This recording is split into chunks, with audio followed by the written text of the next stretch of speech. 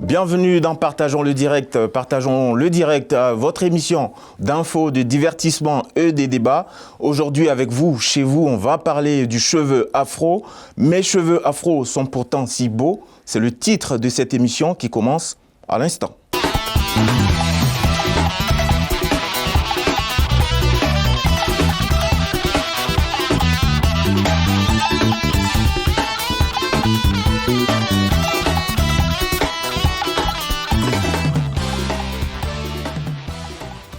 Salut les amis, salut Doc Bio. Salut Malik. Ça va super? Ouais, au top, toujours. Coucou Myriam. Salut. Ça va super bien? Très bien même. Aboubacar, Salut Malik. la forme? Bah, Jolie cravate au passage. merci beaucoup. On a une Cravate petite bleue, aujourd'hui c'est la cravate touche rouge. féminine aujourd'hui. Une petite touche féminine. Et puis notre invité aujourd'hui dans Partageons le direct, on l'a dit, on parle de cheveux.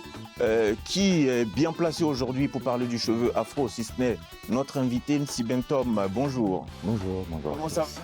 Ça va bien. Merci. Alors Nsibentom, tu es cheveutologue. C'est ça. Est-ce que c'est un métier qui existe en définitive, le cheveutologue? À la base, il n'existe pas, non. Et c'est quoi? C'est une invention personnelle? Même pas personnelle. Invention d'une sœur, une dame ivoirienne. Justement, donc les Ivoiriens parlent le nouchi, donc c'est une sorte de Oui, pipi. l'argot ivoirien, ouais. Exactement. Et puis, je faisais souvent des masterclass privées à domicile. Et la dame, au vu de mes connaissances, elle a dit « Ah, toi là, avec toutes les connaissances que tu as sur le cheveu… » Avec l'accent en plus, hein. Et même cheveutologue, quoi. Ah bah oui, il faut l'accent avec. Ouais, aussi. ouais. Donc de là, elle a traduit cheveutologue. J'ai bien aimé parce qu'on sait que je parle de cheveux, mais elle a rajouté le logos pour faire un peu plus sérieux. Et Donc, peut-être que ça va rentrer dans le dictionnaire, sait-on jamais? je pense. Je pense, peut-être. Ouais. Alors, cette expérience de cheveutologue a commencé quand? Tu t'occupes exclusivement du cheveu afro, on est bien d'accord? En fait, je m'occupe du cheveu de manière générale, mais on va dire que l'exclusivité va se faire au niveau du cheveu afro, puisque les afros, c'est le seul peuple, on va dire, qui ne maîtrise pas son cheveu. Et comment on explique ça? Le fait de ne pas maîtriser son cheveu? Ah, il y a plusieurs raisons, mais bon, on va dire quand même qu'il y a un passage de l'histoire quand même qui a fait pas mal de dégâts, notamment la traite négrière, mais surtout la colonisation, qui a fait qu'à un moment donné, on ne soit plus, en tout cas le peuple noir, ne soit plus conscient de son corps, ne puisse plus se représenter par rapport à son corps ne lui appartient plus, sa façon de penser le monde et son rapport au monde avec son corps et son esprit. Et de là, on a ce qu'on a aujourd'hui. Alors, on a pas mal d'idées comme ça, hein, assez populaires. Est-ce qu'il est vrai aujourd'hui de dire que le cheveu afro est difficile à coiffer? C'est des idées qu'on reçoit souvent. On parle notamment du cheveu crépus. Oui, alors dire qu'il est difficile à coiffer, j'ai envie de dire, le constat actuel, c'est oui, c'est difficile à coiffer. Mais par contre, les raisons pour lesquelles il est difficile à coiffer, on n'en parle jamais. C'est-à-dire que tout le temps, on va parler de malédiction, du cheveu afro, du cheveu des noirs, etc. Ça fait mal et tout ça.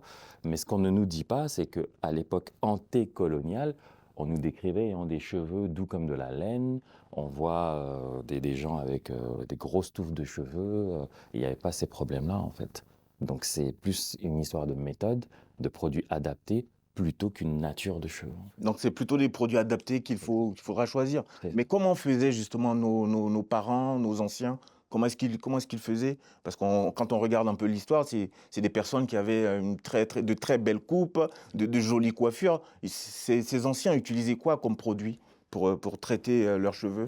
Très rapidement, on va dire qu'ils utilisaient les produits de la nature, j'ai envie de dire comme tous les anciens, mais avant même la notion d'utiliser un produit, il y avait déjà un paradigme, c'est-à-dire une façon de voir le monde. C'est pour ça que j'insiste un peu dessus, c'est que le corps déjà, c'était un temple, c'est-à-dire que c'est le siège de notre esprit.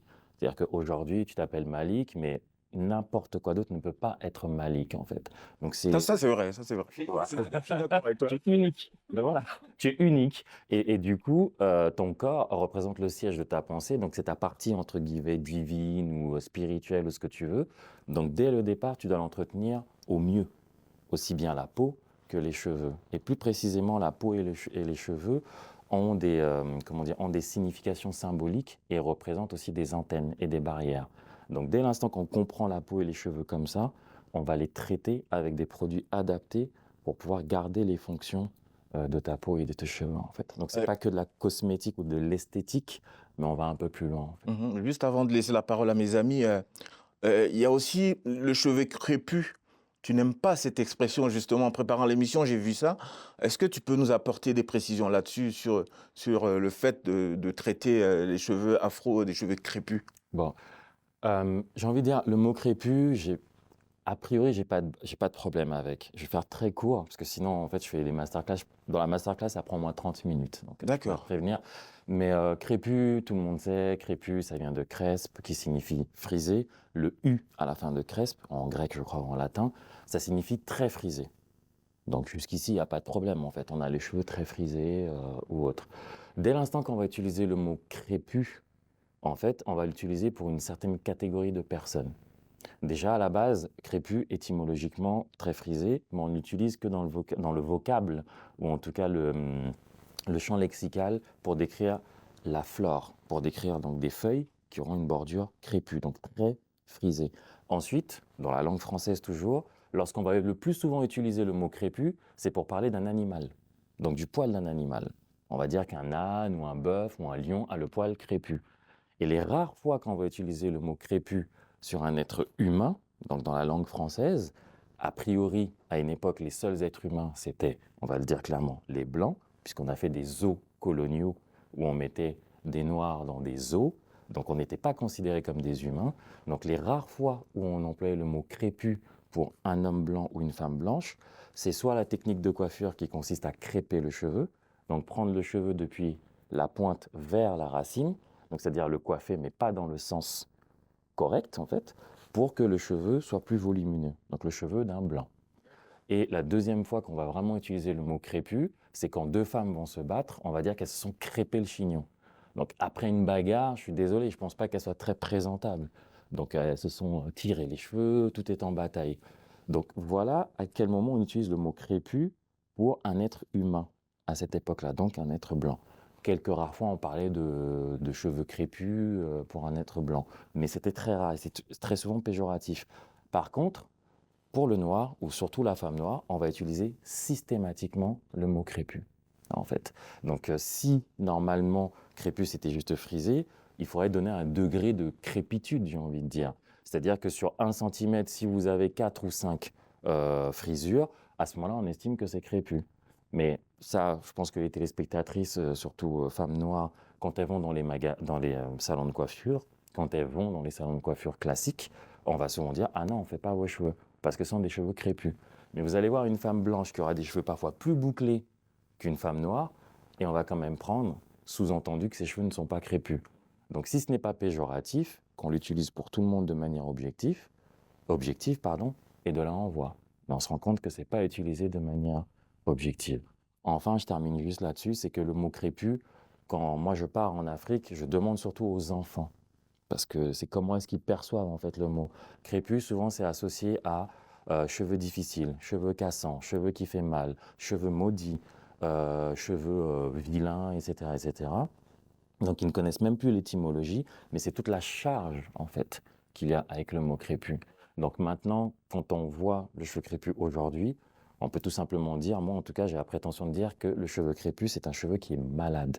C'est-à-dire que c'est un cheveu qui n'a pas été entretenu, qui va se tasser de plus en plus, qui va devenir sec, cassant, fragile. D'accord. Voilà. Donc, si j'ai bien compris, on ne naît pas avec le cheveu crépus. La preuve, Ça peut le devenir éventuellement. regardez vous-même, n'importe Moi, j'en ai plus, hein, donc.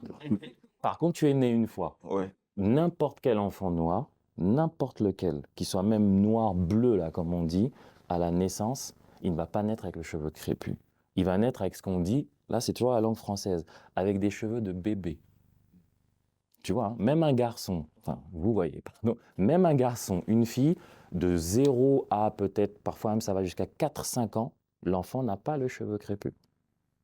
Parfois, certains, ça va crêper très vite, mais donc ce n'est pas le cheveu d'origine. Alors que vous regardez l'enfant blanc, l'enfant asiatique, de la naissance quasiment jusqu'à la mort, son type de cheveux ne change pas. S'il naît avec le cheveu frisé ou avec le cheveu lisse, ça ne va pas changer, parce qu'ils ont des produits adaptés. Et nous, comme ce n'est pas adapté, dès le départ, on va déjà dans l'erreur. Pour ça qu'on va dire peau fragile, cheveux fragiles, etc. Mais en fait, on les torture dès le début. Des questions pour l'invité Nsi Bentom, cheveuthologue, Myriam? Une question peut-être assez innocente, c'est quoi la différence peut-être entre un coiffeur et un cheveuthologue? Ah, merci pour la question.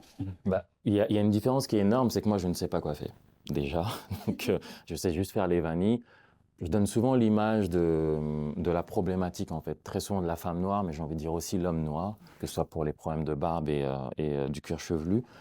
Quand, quand des afros ont des problèmes capillaires, en général, ils vont se confier chez le coiffeur. Sauf que le coiffeur n'a pas la formation scientifique, n'a pas non plus la formation anatomique ou quoi qu'est-ce, pour faire réellement du soin du cheveu. Même dans sa formation, lui, pour moi, normalement, un coiffeur, c'est un artiste, c'est quelqu'un qui devrait s'exprimer sur de la matière, à savoir le cheveu. Donc, c'est pas vraiment sa spécialité. Ensuite, quand il y a un gros problème, si le coiffeur n'a pas réussi à résoudre le problème, on va aller voir un dermatologue. Là, c'est plus sérieux, docteur en médecine, des années de spécialisation. Sauf que très souvent, la plupart des dermatologues, même noirs, j'ai envie de dire, ne sont pas habitués à avoir une peau noire. Puisque la plupart des formations qu'ils suivent, c'est en voyant des planches médicales et ils apprennent à reconnaître des symptômes dermatologiques, des problèmes dermatologiques, mais sur des peaux blanches. Donc même en Afrique, les dermatologues sont parfois souvent formés sur des peaux blanches. Donc pour reconnaître la problématique sur un cuir chevelu afro, sur une peau noire, ça va être compliqué. Et moi, maintenant, le cheveuthologue, je viens un peu entre les deux. Je ne suis pas médecin, je n'ai pas cette prétention, je ne suis pas coiffeur. Si tu viens, tu ne ressentiras certainement pas présentable. Mais par contre, moi, je vais vraiment me focaliser sur le soin. Je vais dire que comme un ébéniste a besoin de bon bois pour s'exprimer sur le bois, ben moi, en fait, je vais être celui qui va fournir la matière, le bois. Donc, je vais faire du soin, je vais proposer du soin, des produits adaptés pour que la qualité du cheveu change et que le coiffeur puisse s'exprimer. Donc c'est pour magnifier la matière première. C'est ça. Voilà. Voilà. Donc, c'est pas du tout un concurrent du coiffeur. Doc Joe. Tout à l'heure, tu parlais un peu de limite de psychologie avec les cheveux et tout. Est-ce que ce rapport aux cheveux, comme tu disais, les enfants qui ont, dès qu'on leur parle de cheveux crépus, ils parlent de malédiction, tout ça. Est-ce que ça joue aussi sur la qualité du cheveu et sur les produits qu'on va apporter pour réparer ce cheveu, pour entretenir ce cheveu? Qu'est-ce qui jouerait sur la... La psychologie, un peu le fait de voir son cheveu comme un cheveu qui est pas beau. Est-ce que ça joue sur la qualité du cheveu? La pensée négative, en fait, qu'on Ah, entretient, en définitive. Clairement. Et en plus, j'apprécie beaucoup la question parce que ça m'oblige presque à dire ce qu'est le cheveu chez nous, en fait. Parce que le cheveu, chez nous, quand je dis chez nous, en tout cas dans une conception, j'ai envie de dire ancestrale, en tout cas sur le continent noir, les cheveux, ce sont des pensées. Ce sont des antennes. Ça représente beaucoup de choses, en fait. Donc, le fait d'entretenir les cheveux joue beaucoup, que ce soit sur le bien-être, mais chez nous, on va même plus loin. C'est-à-dire qu'on estime que ton cheveu, c'est, comment dire, c'est un magnétoscope qui retient toutes les expériences qui te sont arrivées, en fait. Tu vois. C'est ton âme. On va dire que c'est la boîte noire de ton corps, Ouais. d'une certaine manière. C'est pour ça que, quel que soit d'où vous venez, je pense, traditionnellement, vous savez qu'on ne touche pas les cheveux de quelqu'un, on ne laisse pas traîner ses cheveux ou ses ongles n'importe où. C'est parce que... Je sais que Doc Joe, il aime pas du tout. Hein. Ah bah... Est-ce que c'est parce que tu portes des locks Ah, en plus, avec par les exemple, locks, non ah, Je ne touche pas les cheveux des gens en général. C'est très intime comme, C'est comme si limite comme geste. on cherchait à toucher ton sexe. Hein. C'est un peu ça. Quand on touche, t'as un réflexe de... Voilà, tu me touches pas, sauf si on se connaît, on est intime, tu peux me toucher, mais c'est vrai. Et moi, je suis intime ou pas? Je vais toucher ou pas? Bah écoute, si tu me demandes... Ouais, c'est un peu ça. Hein. consentement, oui. D'accord. Même par rapport au fait de toucher les cheveux, effectivement. Mais effectivement, c'est vrai que l'état mental, la psychologie de la personne va jouer aussi sur la qualité. De toute façon, on peut le voir aussi. Enfin, j'essaie de m'évertuer à faire des parallélismes parce que je n'ai pas de laboratoire scientifique pour vraiment prouver tout ce que je dis. Mais nos anciens, donc nos ancêtres, utilisaient deux choses, le bon sens et le sens de l'observation. On remarquera que selon la mentalité de quelqu'un, selon l'état d'esprit de quelqu'un, bah, quelqu'un peut perdre ses cheveux déjà. On va parler de stress. Par exemple, les différentes étapes de la grossesse pour une femme, je ne sais pas si vous le savez, mais selon la grossesse, parfois même selon l'enfant qui sort du ventre, la qualité du cheveu peut changer aussi.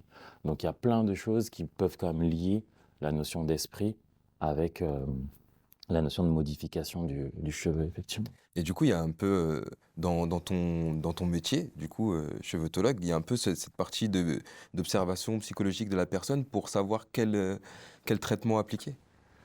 Ah, je dois faire un peu une sorte de coming out, j'ai envie de dire oui, d'une certaine manière, mais ce n'est pas la fonction première. Et surtout, ce que j'essaie souvent de faire, c'est, on va dire, d'émanciper. Émanciper plus que libérer, parce qu'en fait, souvent, bon, en tout cas, j'insiste sur le fait que le peuple noir est celui qui a le plus besoin d'avoir du contenu sur Internet et tout pour savoir comment s'occuper de son cheveu, alors que c'est le premier peuple sur Terre, a priori. Donc déjà, il y a un peu ça qui semble un peu bizarre.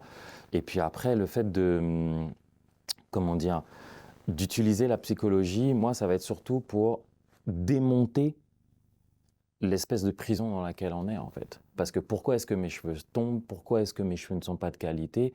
C'est d'abord du bon sens. Et c'est d'abord d'expliquer les basiques de basiques pour comprendre déjà pourquoi est-ce qu'il n'y a pas le résultat escompté. Donc c'est vraiment de comprendre les dessous plutôt que d'écouter les produits qui proposent de la solution miracle sans vraiment t'expliquer les principes ou les lois qui sont derrière, en fait. Ah bon? Et en ça, c'est de la psychologie. Comment elle vient cette passion pour le cheveu? Est-ce que vous pouvez expliquer ça par peut-être un traumatisme que vous avez eu plus petit ou c'est comme ça par passion? Comment elle se manifeste en tout cas, cette envie de s'intéresser autant aux cheveux? J'ai envie de dire que il y a d'abord eu une passion. Moi, depuis tout petit, j'ai voulu avoir des cheveux longs. Depuis gamin, de mes souvenirs. Bon, moi, c'est l'époque Lionel Richie. Après, l'époque Milli Vanilli, pour ceux qui connaissent. Ça, c'était plutôt du défrisage, là, en l'occurrence. Oui, c'est vrai, mais c'était déjà de voir un homme noir avec des cheveux longs. Effectivement, le curly. Mais après, moi, j'ai pu voir plus tard qu'en fait, on peut avoir l'effet curly. Même moi, je peux avoir l'effet curly juste avec des produits naturels. Momentanément, sans avoir besoin de changer chimiquement la structure de mon cheveu. Mais après ça, effectivement, il y a eu les contraintes familiales qui font qu'un jeune garçon noir dans les années 80 avec des cheveux longs, ça passe pas. Donc, frustration. Et des années plus tard, quand j'ai mon indépendance, entre guillemets, mon appart et tout, bah, c'est là que je décide de laisser pousser les cheveux, quoi.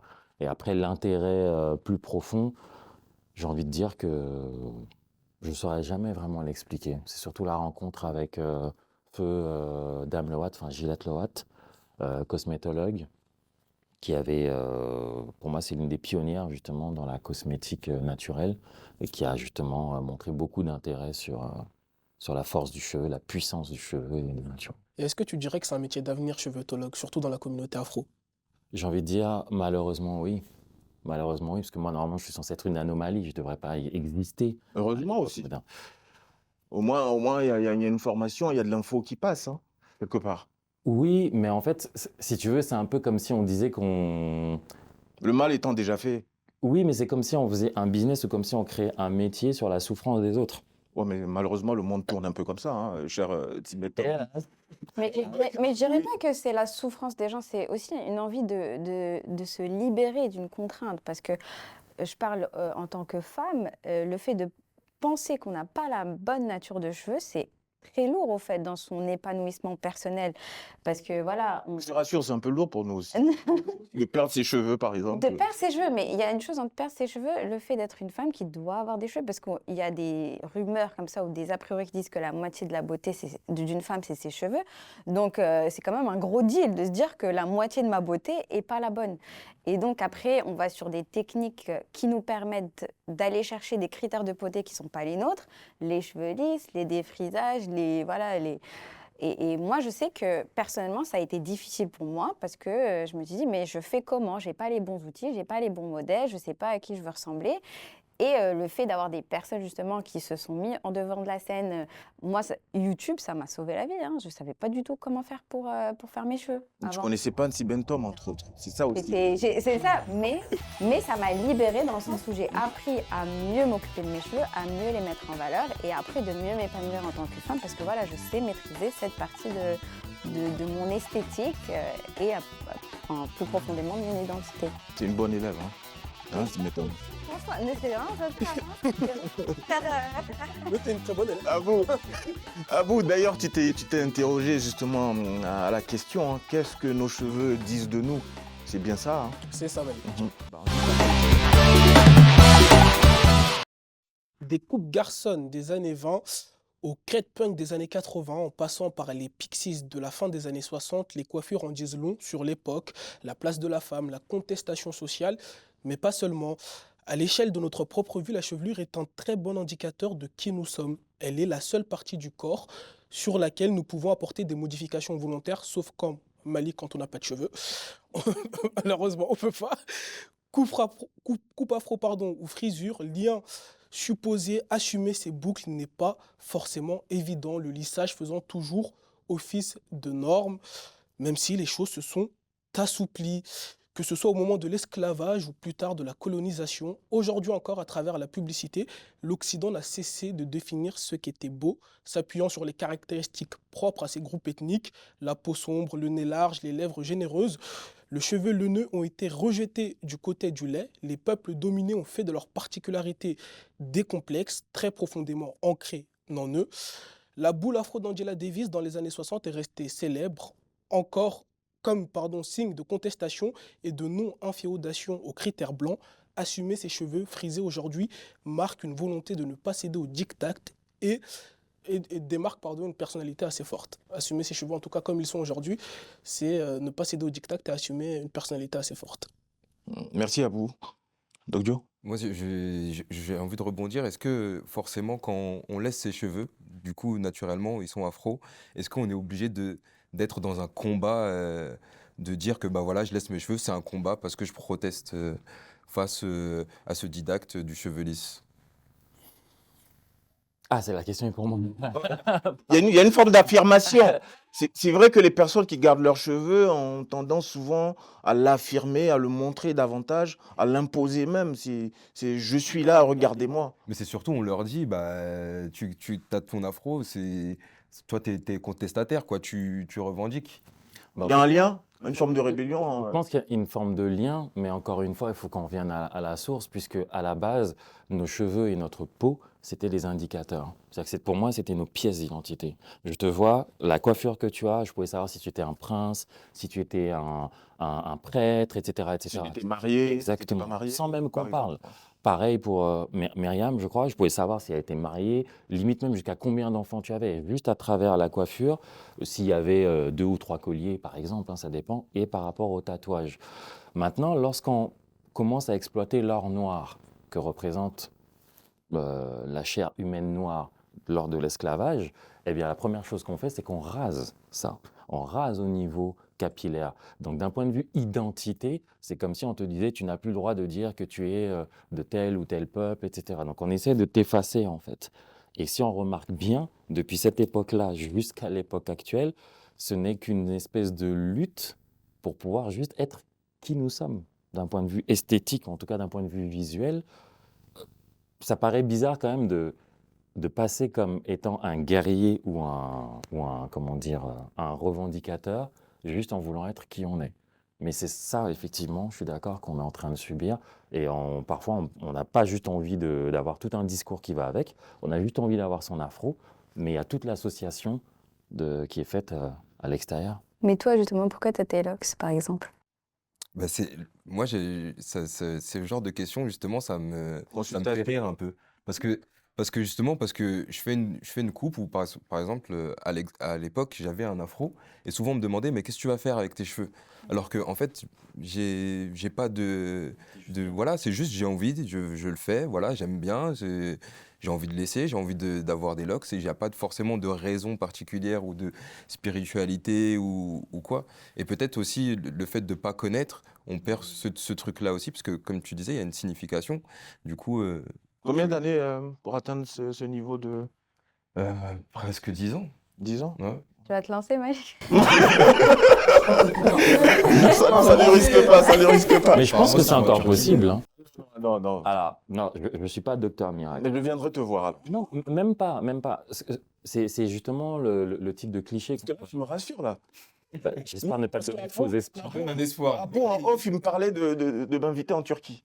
Hein, je m'arrête là. Moi, j'en parlerai pas. Mais ce que je veux juste te dire, c'est que le cycle du cheveu, c'est entre 3 et 7 ans. Ça, c'est quand même une info, je pense que c'est Entre intéressant. 3 et et 7 ans. 7 ans. Depuis le moment où il commence à pousser et le moment où il tombe. Il y en a qui ont D'accord. des cycles de 3 ans, il y en a qui ont des cycles de 7 ans. Mais il faut savoir quand même que normalement, génétiquement parlant, on est censé avoir des cheveux jusqu'à l'âge de 120 ans. Je pense que c'est D'accord. important quand même qu'on se souvienne de ça. Mais est-ce que selon les personnes, on n'est pas sujet justement à avoir des cheveux qui... Moi, par exemple, mon père, il est chauve.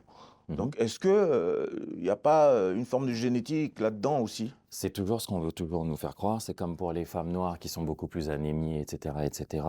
Mais ton père avait la calvitie, peut-être ton grand-père, mais qu'en est-il des autres avant? Oui, les grands-parents aussi. Oui. Bizarre. Oui, mais qu'en est-il des autres avant les grands-parents? Parce que tout d'un coup, on va J'ai pas constater... toutes les photos, j'avoue. Voilà. Déjà, tu n'as pas les photos, ensuite, tu n'as pas les témoignages, mais tu vas te rendre compte que très souvent, surtout les hommes noirs, on pense souvent que la calvitie, c'est une fatalité. À l'âge de 40, 45 ans, un homme noir est censé avoir une calvitie. Mais on ne va pas nous alerter sur la consommation de l'homme noir actuel, à savoir alcool, sucre, etc., qui font que ça se dégrade beaucoup en interne, là où, entre guillemets, la femme peut avoir la possibilité parfois de faire sortir les choses via les menstrues ou quoi, l'homme accumule tout pendant ce temps. Donc très souvent, des hommes à 25-30 ans se retrouvent chauves, alors que parfois ça peut repartir, mais il y a tout l'interne aussi à nettoyer. Et vous dites aussi, hein, ou tu dis aussi, hydrater et nourrir le cheveu, c'est pas la même chose. C'est ça, demain je t'invite C'est quoi la manger. différence? Demain je t'invite manger, Ouais. tu sais que tu vas manger, mais tu sais que tu vas aussi boire. Donc je t'invite à manger, j'ai nourri. Pour mon cheveu, si je l'invite à manger, si tu veux, il sait qu'il va aussi boire. Donc c'est-à-dire qu'il va manger avec des huiles ou des beurres et il va aussi boire avec du spray, donc de l'eau. Et très souvent, l'une des grandes farces, j'ai envie de dire, j'assume, c'est qu'on va très souvent nous proposer de l'eau dans les produits cosmétiques qui sont quasiment à 60-80% composés d'eau. Tu as un estomac qui peut contenir je ne sais pas combien de litres. Et je te dis, je t'accueille, etc. Tu es mon ami, mon frère. Et en fait, je t'invite à manger pendant une semaine chez moi. Si ton estomac a un volume de 2 litres, imagine-toi que je te donne tous les jours 1,75 litre d'eau à boire et que je te propose juste de manger quelques petits trucs. C'est c'est ce qu'on fait à nos cheveux. Abou, c'est Abou. C'est plus économe, mais c'est ce qu'on fait à nos cheveux. C'est quoi les conseils peut-être que tu aurais comme ça de vive voix pour entretenir un cheveu? Il faut aller au masterclass déjà. Hein.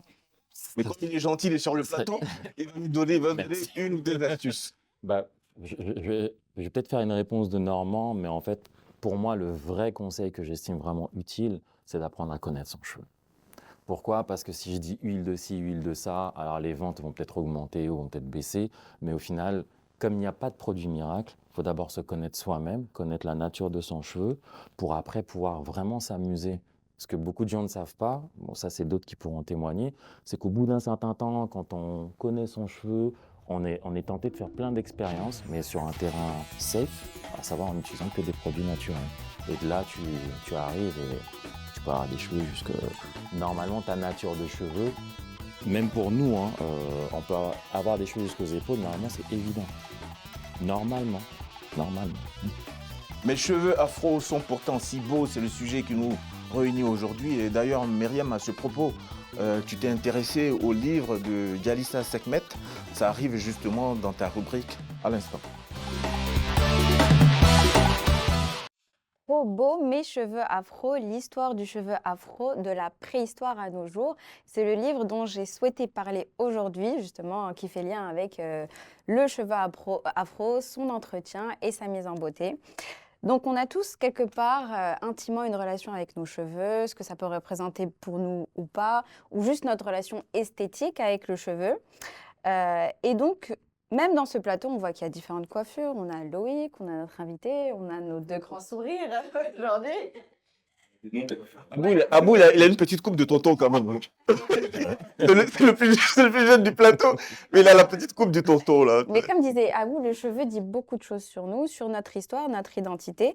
Et en tant qu'individu, mais surtout en tant que communauté, j'imagine communauté afro, et c'est l'objet de ce livre qui nous raconte cette histoire de la préhistoire à nos jours, dans le sens où le cheveu afro a eu dans l'histoire jusqu'à aujourd'hui une symbolique culturelle, identitaire, énergétique. Et c'est les thèmes qu'essaie de nous décrire Jalissa Sekhmet, qui a écrit ce livre, et Raoul Aoulou en illustration. Donc c'est un livre qui est très pédagogique, qui peut être apprécié par des enfants, et c'est ça qui est bien. Donc grâce à nos enfants, on peut nous aussi accéder à cette connaissance. Elle commence, on va dire, dans un premier temps à définir ce qu'elle estime comme histoire des Noirs. Donc il y a 4 grandes périodes: la préhistoire, l'Afrique impériale, donc elle revient sur toutes les cultures et les coiffures et esthétiques des grands empires africains. Elle parle surtout aussi du déclin qui s'est passé à travers la traite négrière et la colonisation. Et elle termine avec l'histoire contemporaine de l'Afrique et de sa diaspora, donc tous les mouvements de libération qui ont suivi, bien sûr, la période postcoloniale. Et donc, dans ce livre, disons qu'il a été publié très récemment, en septembre 2022, donc voilà, c'est un sujet... Aphrodia Édition. Aphrodia Édition, tout à fait. Donc c'est un livre assez récent dans le sens où je pense que c'est une discussion qui prend de plus en plus d'ampleur dans nos communautés et dans nos espaces de pensée, dans le sens où le cheveu vient aujourd'hui comme un sujet de libération, d'émancipation, et donc ce livre vient bien, disons, illustrer ce chemin de pensée qu'on prend tous. Et donc, par exemple, ce que fait ce livre, c'est qu'il permet, on va dire avec de très jolies couleurs, comme vous pouvez le voir ici, présenter différentes coiffures, différents peuples et surtout ce que ça signifie, on va dire culturellement, socialement. Par exemple, elle nous parle des coiffes égyptiennes avec 2 cobras, par exemple, qui signifiait que le pharaon avait autorité sur la haute et la basse Égypte. Elle parle aussi justement des Imba, un peuple de Namibie avec des coiffures d'enfants et d'adultes, mais elle fait aussi écho, disons, au peuple de la diaspora, les Antilles et les significations des turbans. Par exemple, s'il y avait 1 pli, 2 plis, jusque 4, donc ça donnait beaucoup d'informations sur ce qu'étaient ces femmes-là, si elles étaient célibataires, ouvertes au marché, ou déjà mères de famille bien rangées. Au marché. Au marché. C'est pas nous qui l'avons dit, hein, c'est Non, mais Myriam. au marché de l'amour. Laissez-moi finir mes phrases. Vous voyez le mal partout. Donc voilà, mais je pense que la partie qui est très intéressante dans ce livre, c'est vraiment le passage, on va dire, l'histoire, on va dire, compliquée de la traite négrière et de la colonisation qui a fait que beaucoup de peuples ont perdu, on va dire, leur connaissance et techniques de soins. Et surtout, elles essayaient un petit peu de se réapproprier cela, mais à travers des produits qui étaient, on va dire, très, on va dire, par exemple, comme des graisses de voiture. Donc voilà, c'était des produits très nocifs. Elles faisaient avec ce qu'elles avaient. Et ça, c'était, on va dire, une volonté de continuer à prendre soin de soi, mais avec ce qu'il y avait. Et donc, ça a perturbé, on va dire, tout l'écosystème de coin et d'esthétique du cheveu. Mais ça nous parle aussi du cheveu comme étant un objet de résistance, dans le sens où il parle des cornes wool, je pense, des coiffures, je vais vous les montrer justement dans le livre, et qui permettaient aux esclaves et donc aux marrons affranchis, ici, exactement, des cornrows, de montrer des chemins, on va dire, c'était des routes, c'était une sorte de plan, voilà, pour savoir où se situer, par exemple. Un VPS. Voilà, c'est une sorte de GPS à l'ancienne, mais par exemple, ça permettait aussi de mettre des graineries dans les cheveux pour pouvoir un peu les réutiliser dans les plantations de marrons pour qu'ils puissent survivre, vu qu'ils voulaient se détacher des maisons, enfin des espaces, enfin de leur maison de maître, entre guillemets. D'accord. Donc voilà, et surtout, ça nous parle de cette résistance qui a continué. En particulier, on va dire, il y a beaucoup de figures des États-Unis. Par exemple, vous allez trouver justement Angela Davis, dont tu as parlé, et son afro, qui était clairement un outil de résistance et de libération. Il nous parle aussi de Nina Simone. Donc toutes ces personnes-là ont utilisé cet objet comme, les cheveux comme objet de résistance et surtout comme nouvelle esthétique, se réapproprier, on va dire, son art à travers aussi ses cheveux, à travers les tresses, etc. Et elle finit, on va dire, avec pas mal de conseils, disons des conseils sur comment justement connaître son cheveu avec les différentes typologies de cheveux, du cheveu lisse au cheveu le plus, on va dire, bouclé, frisé. On dit pas le On dit pas crépus. voilà, donc elle explique aussi, elle donne des conseils sur l'alimentation, là, comme on peut voir avec les fruits. Donc, il ne s'agit pas juste de techniques de coiffure, mais il y a aussi tout un mode de vie on va dire, à apprécier. Si Tom le disait, oui. Voilà, tout un mode de vie sain, en fait, si on va avoir justement des cheveux sains à adopter. Et elle finit surtout par le rôle des médias. Donc aujourd'hui, quelle place et quelle, on va dire, narrative on donne aux cheveux afro? Est-ce que c'est un cheveu beau? Est-ce que c'est un cheveu pas beau, comme le disait, on va dire, l'époque de traite coloniale où il y avait le bon cheveu, où il y avait le mauvais cheveu. Elle parle aussi du colorisme avec les mulâtres qui avaient donc un cheveu plus, on va dire, moins frisé. Et donc, on estimait que c'était le bon cheveu en comparaison avec le cheveu afro qui était beaucoup plus frisé. Donc, il y a cette problématique aussi qui est abordée. Et enfin, elle parle de son expérience personnelle, elle qui est loxée, Jalissa. C'est la cousine de Hein, Doc Joe. et voilà, donc je pense qu'elle donne une partie d'elle-même pour expliquer pourquoi elle en arrivait à ce constat et aussi, voilà, elle partage une partie d'elle-même. Et donc, en somme, voilà un très beau livre, justement, d'une femme, on va dire aujourd'hui, qui est Jalissa, l'auteur, qui est enseignante, militante et une femme très engagée, justement, dans la volonté de remettre en perspective l'histoire noire du bas âge, donc auprès des enfants, mais jusqu'aux adultes. Donc, ce n'est pas son premier livre, c'est un de ses derniers. Elle a commencé par des manuels, on va dire, pédagogiques pour les enfants à partir de 10 ans, qui parlent de l'histoire noire et de la diaspora, de la préhistoire toujours à nos jours. Elle a fait aussi le même exercice pour les Antilles françaises. Elle a fait aussi un focus sur la traite négrière européenne. Et aujourd'hui, elle essaie de s'intéresser à des grandes figures comme celle de Malcolm X. Elle crée aussi des jeux éducatifs comme des jeux de cartes avec les grandes figures de l'histoire noire, des cahiers de coloriage. Donc, elle veut vraiment cibler les enfants. Donc, je pense que ce changement de mentalité, de réappropriation de sa culture passe énormément par les enfants. Et ça reste quand même des livres qui sont très appréciables par les adultes. Moi-même, j'ai beaucoup apprécié ce livre.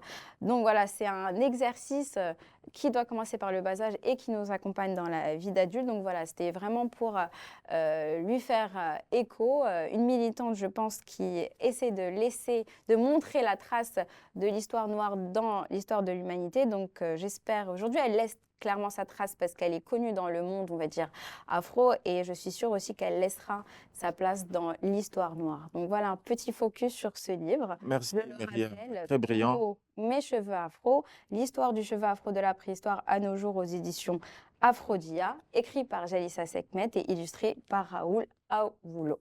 Merci, Myriam. Lui aussi, il laisse sa trace, hein. Bien C'est sûr. notre invité, MC Bentom.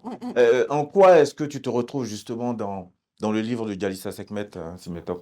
En beaucoup de choses. Déjà, la volonté de transmettre, déjà, via le support qu'est le livre. Bon, Jalissa, je la connais personnellement, pas jusqu'à un certain point, mais je veux dire, je sais ce qu'elle fait depuis des années. Donc, quand tu parles de militantisme, d'être vraiment dedans, oui, ça me fait très plaisir. Et puis, c'est surtout le fait de tout de suite discuter avec les enfants. Parce que pour moi, j'estime que, enfin, j'aimerais vraiment, moi, mon but, c'est que j'aimerais que nous, on soit la dernière génération sacrifiée, on va dire, à ne même pas savoir s'occuper de nos cheveux, et que demain, nos enfants se disent, mais attends, maman, tantine, c'est vrai que vous mettiez des choses bizarres sur votre tête pour avoir le même effet que moi. Ça serait ça, quoi. Et je pense que Jalissa Sekhmet, Jalissa, pardon, joue vraiment sa partition là-dedans, sachant qu'elle est professeure elle-même, hein, elle instruit, et puis là, c'est vraiment très très fort. Elle instruit, tu l'as dit. Doc Joe également, tu vas nous instruire hein, sur les différents looks. Les looks qui décoiffent, c'est la chronique que tu vas animer aujourd'hui dans Urban Focus.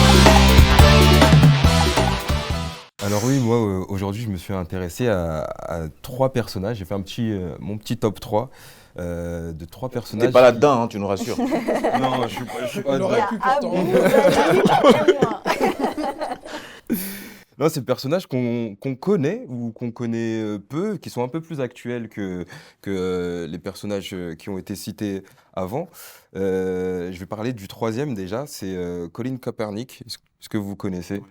Colin Kaepernick, alors c'est ce célèbre quarterback de la NFL qui a énormément fait parler de lui en 2016 pour avoir posé son genou à terre lors de l'hymne national américain afin de protester contre les violences policières envers les Noirs. Alors, coup de tonnerre dans le monde du football américain. On se souvient qu'il avait même été pris à partie par Donald Trump qui était en campagne à cette époque et ce dernier l'avait traité de, je cite, fils de pendant Non, on est dans une émission sérieuse là, hein. Et poli. Ce sont ces termes. C'est bien pour toi. C'était bien jusque-là, Doc Joe. Ça sera bipé. Colin a ensuite, Colin a ensuite été boycotté par la NFL pour ce geste-là. On peut voir son image avec son bel afro qui a aussi une histoire parce qu'il a été élevé par deux parents blancs. Et d'ailleurs, il y a une mini-série qui a été tournée pour raconter son histoire. Il a été élevé par deux parents blancs dans une contrée remplie de personnes blanches aux États-Unis, dans des écoles blanches et tout. Et aujourd'hui, le fait qu'il montre son afro, S'affirme davantage, voilà, ouais. c'est vraiment une affirmation.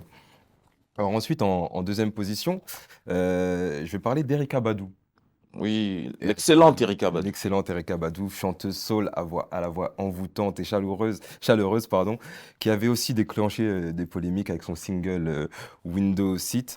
Dans le clip, on voyait la chanteuse marcher dans les rues de Dallas, où elle est née d'ailleurs, à l'endroit même où l'ancien président des États-Unis, John Fitzgerald Kennedy, avait été assassiné. Alors elle marchait en se déshabillant au fur et à mesure de sa chanson jusqu'à être nue. Du coup, elle avait été poursuivie par les autorités de la ville. Bon, elle a pris $500 d'amende et une mise à l'épreuve de 6 mois. Mais elle aussi, on peut voir dans sa coiffure, elle revendique beaucoup. Elle est très, très investie dans la communauté. Des fois, elle est avec des afros, avec un afro, pardon, avec le turban, tout ça. Elle est vraiment. Elle est beaucoup turban, cela ouais, dit. Ouais. beaucoup turban, Mhm. c'est vrai. Et en- C'est une marque déposée désormais. Exactement. Et en première position, tu me connais, Malik, moi je suis culture urbaine, rap américain. Je pouvais pas ne pas parler de Snoop Dogg. Ah, Snoop, ah oui, naturellement. Snoop Dogg, est-ce que j'ai vraiment besoin de le présenter? Carrière Non, j'ai cru incroyable. que tu aurais parlé de DMX, j'allais dire, mais il a pas de cheveux. Non, lui, c'était plutôt, Paix à son c'était âme. plutôt de toi. Mhm. Snoop Dogg, carrière incroyable. Des coupes et de cheveux qui lui vont à ravir. Alors lui, ça passe de l'afro au locks, aux tresses, aux nattes collées et même le brushing. Tout lui va. 30 années de carrière, toujours au top. Et moi, je suis obligé de parler de ça, Malik, tu me connais. Je retiens sa prestation en 2022. Super Bowl. Moi qui était la vidéo de l'année, et oui, c'est le Super Bowl, la mi-temps du Super Bowl, où on avait un peu l'équipe des Avengers avec Dr. Dre, Eminem, Kendrick Lamar, Mary J. Blige et 50 Cent qui ont performé. Et aussi Snoop qui est très revendicateur en fait. Il a grandi à Long Beach aux États-Unis, dans le West Coast comme on dit. Ses sons parlent, enfin, en disent très long sur sa façon de voir les choses. Et du coup, il est très, très, très changeant, pardon. Il a eu une époque de Lox où en même temps il s'est beaucoup penché dans les racines Rastafari et tout. Et c'est l'époque où il a même sorti un album de reggae pour vraiment. C'est comme un acteur en fait. Il se met dans le rôle à fond et on le voit avec ses coupes de cheveux. Merci, Doc Dio. Simentom, avec ses portraits, le top 3 donc, de Doc Dio, est-ce que tu en as un comme ça qui retient ton attention? Ah, moi, il y en a un, forcément. Ou qui n'est pas dans le top 3 d'ailleurs. Hein. Bah, déjà, dans le top 3, forcément, c'est Erykah Badu. Mhm. Déjà parce que quand elle est arrivée, elle a vraiment, j'ai envie de dire, vraiment disrupté le milieu, on va dire. Déjà parce qu'elle chante avec une façon douce, mais en même temps, elle montrait qu'elle était capable de rapper, etc., etc. Et elle était vraiment... Alors, j'aime pas dire féminine parce que ça veut tout dire et rien dire, mais en tout cas, moi, je voyais la femme noire, quoi. Jusque dans son clip où, je me souviens plus, je crois que c'est On and On, où elle faisait la lessive ou quoi, et puis elle va aller chanter le soir, et puis elle a pris juste les foulards et elle chante en public. Il y a ça, plus la présence, la prestance et tout ça. Mais j'ai aussi aimé Snoop Dogg, qui à un moment donné s'est fait appeler Snoop Lion, je crois, mais c'était pour ouvrir par rapport au milieu dit très masculin, le rap, le hip-hop, etc. Et je me souviens aussi que même à l'époque, dans les clips, on pouvait voir le rappeur dur à cuire sur les marches d'escalier en train de se faire tresser aussi. Donc même là aussi, Il je y a pense toujours que... un message. Hein, Exactement. Et même par rapport au côté capillaire, il y a eu quelque chose aussi pour les hommes à ce moment-là aussi, avec Snoop. Ouais. Sibentom, on arrive presque au terme de cette émission. Et pour les personnes qui n'arrivent toujours pas à assumer leurs cheveux afro, est-ce que tu as un mot, tu as un message particulier? J'ai envie de dire déjà, je comprends. Je comprends. C'est-à-dire que moi, pour faire, j'ai fait plus d'une centaine de masterclass en 2-3 ans. J'explique les mécanismes, etc. Et la première chose vraiment, c'est que je comprends pourquoi un homme noir ou une femme noire aujourd'hui n'aime pas ses cheveux. Maintenant, à travers ça, moi, je n'ai qu'une seule invitation pour le moment, c'est de l'inviter à venir à mes masterclass, ou en tout cas à écouter certains lives, etc. Et surtout juste d'abord commencer à faire une chose qu'on a très peu l'habitude de faire, c'est juste de se poser et de réfléchir. Parce que moi, dans mes masterclass, même si elles durent 5 heures ou parfois même 10 heures, Réfléchir à quoi? juste réfléchir à notre situation, même capillaire, et juste se demander, OK, on t'a fait des pubs depuis toutes ces années, depuis que t'es gamin, on te sort des shampoings antipelliculaires tous les 2-3 ans, et à chaque fois, on te cherche une nouvelle formule antipelliculaire. Première question, est-ce que ça fonctionne finalement ou pas? Tu vois, c'est-à-dire que dès l'instant qu'on prend juste le temps de s'arrêter, avec ou sans cheveuthologue, et à un moment donné, on arrive déjà à voir au travers de tout ce voile-là. Et une fois qu'il y a ça, je pense qu'on s'accepte déjà. On s'accepte avec nos erreurs, nos bêtises et nos égarements. Et une fois qu'on a ça, je pense qu'on est prêt à écouter, à recevoir, quel que soit l'endroit d'où ça vient, quoi. Mais d'abord avoir sa façon, son système, son équilibre pour voir tous ceux qui viennent perturber notre équilibre. Parce que, pardon, mais par exemple, tu avais parlé de YouTube. Effectivement, YouTube, c'est un superbe outil. Mais en fait, YouTube, pour moi, enfin YouTube, les réseaux ou le net, c'est à la fois de la censure et un moyen d'expression. Pourquoi censure? Parce que censure, c'est pas seulement on te dit tais-toi. Censure, ça peut aussi être tu dis quelque chose de vrai. Ah, tu dis quelque chose de vrai, eh ben, je vais payer 50 personnes qui vont dire le contraire de toi. Ça veut dire que celui qui dit quelque Donc, chose celui qui a la puissance financière la plus financière, importante peut des influer. médias et tout, Mhm. peut venir. Et souvent, c'est tonton, je ne vais pas dire le nom, mais tonton moteur de recherche. Dès qu'il y a un problème, aujourd'hui, on ne demande même pas à son père. On va chercher sur le moteur de recherche. On ne connaît même pas l'expérience de son père, de sa mère, l'expérience capillaire ou quoi. Donc moi, c'est un peu ça. Ça paraît très simpliste ce que je dis, mais au final, ça ne vient que de là. Parce que moi, ma masterclass, elle ne se base que sur des choses que tout le monde sait déjà. Mais je ne fais que rassembler des blocs. On le voit partout où on se trouve. Juste avant, justement, Yeux dans yeux, la dernière chronique de cette émission, Aboubacar, un dernier mot pour l'inviter? Non, ça a été un plaisir de le recevoir, mais c'est vrai que moi, enfin, tout ce qu'il dit là, c'est super important et c'est des choses auxquelles moi, j'ai jamais eu accès, enfin, que j'ai jamais entendu avant. Donc là, de voir que quelqu'un s'adonne à cette cause-là et véhicule ce message-là, même pour nous, les jeunes, parce que j'ai que 22 ans, même si Malik, il a dit que j'ai une coupe de vieux.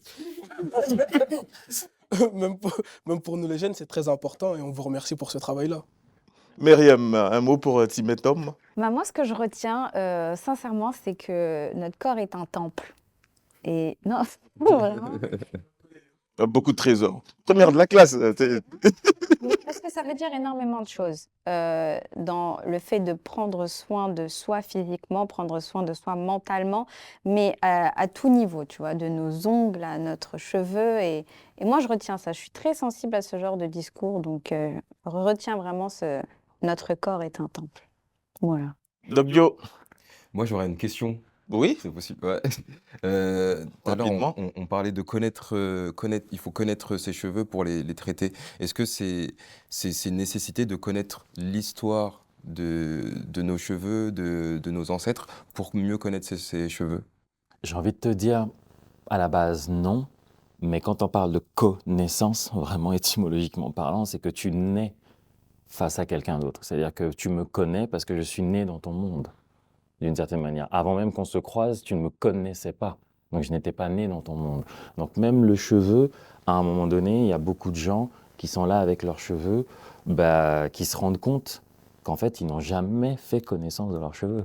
Il y a même des femmes qui sont là à 40-45 ans, qui se rendent compte qu'en fait, elles levaient leur corps, on va dire, elles allaient dans un salon de coiffure et elles attendaient que quelqu'un fasse quelque chose. Donc, pour connaître, je pense qu'il y aura toujours cette notion de racine, cette notion d'origine, quelle que soit la chose qu'on apprend d'ailleurs. Même quand on était en primaire ou même quand on est à la fac ou quoi, on vous dit toujours d'où vient la connaissance actuelle, d'où vient l'état actuel. Donc même nous pour nos cheveux, même par exemple les locks ou la coiffure que tu as, je pense que ça sera beaucoup plus percutant, surtout sur des enfants, de leur expliquer d'où ça vient.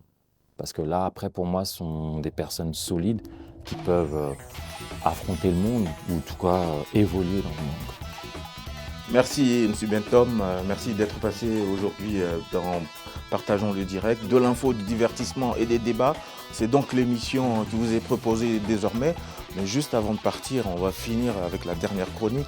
Tu vas t'adresser à la caméra, tu vas t'adresser à ceux qui nous regardent, qui te regardent, et puis tu vas nous dire quel est selon toi le futur du cheveu afro. Face caméra, yeux dans yeux. Déjà, avant même de dire quel est selon moi le futur du cheveu afro, je tiens déjà à féliciter toute l'équipe pour ce que vous faites, parce que ce n'est pas évident. On voit qu'il y a beaucoup de médias qui se font, etc., etc. Moi, j'ai vu beaucoup d'engagement, beaucoup de préparation aussi dans ce qui a été fait. Je suis honoré que ce soit un nouveau format visuel.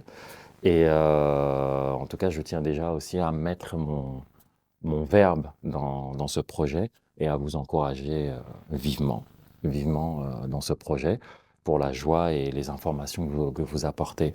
Maintenant, pour moi, l'avenir du cheveu afro, j'ai envie de dire que l'avenir du cheveu afro ne dépend que de nous, en fait. Il ne dépend que de nous et ça dépend de l'importance qu'on veut y donner, parce que très souvent on dit oh, « t'as pas trouvé autre chose, il y a la guerre dans le monde, etc. etc. » Sauf que quand on fouille un peu plus loin, on se rend compte que même l'industrie du cheveu, c'est des milliards. Et dans ces milliards, la population afro en consomme une grande majorité. Et même dans ces milliards, dans l'industrie même et dans le business même, si ça peut intéresser certaines personnes, en fait, on ne possède quasiment rien. Donc, il y a plusieurs raisons de s'intéresser aux cheveux, qu'elles soient économiques, politiques, historiques et même juste esthétiques. Mais ça ne dépendra que de nous, en fait, parce que les cheveux, ce sont nos pensées, ce sont nos antennes, et le cheveu ne pourrit pas. Donc aujourd'hui, si on peut voir les cheveux de certaines momies, on peut quand même voir aussi la puissance et le message qui a été laissé par d'autres peuples auparavant. Et grâce à ces cheveux, je pense qu'on pourra prouver aussi beaucoup de choses. C'est du private pour certains spécialistes, mais j'ai décidé de le faire là, ici, ce jour. Merci, cher invité. Et puis, on te retrouve notamment sur tous les réseaux sociaux. Tu es disponible surtout pour te déplacer à domicile, mais aussi tu entretiens des masterclass assez régulièrement. Il n'y a qu'à te suivre via les réseaux sociaux et on a toutes les informations. Merci, Nsi Bentom. Merci de nous avoir regardés. Partageons le direct aujourd'hui. C'est fini. Merci Abou, merci Myriam, merci Doc Dio.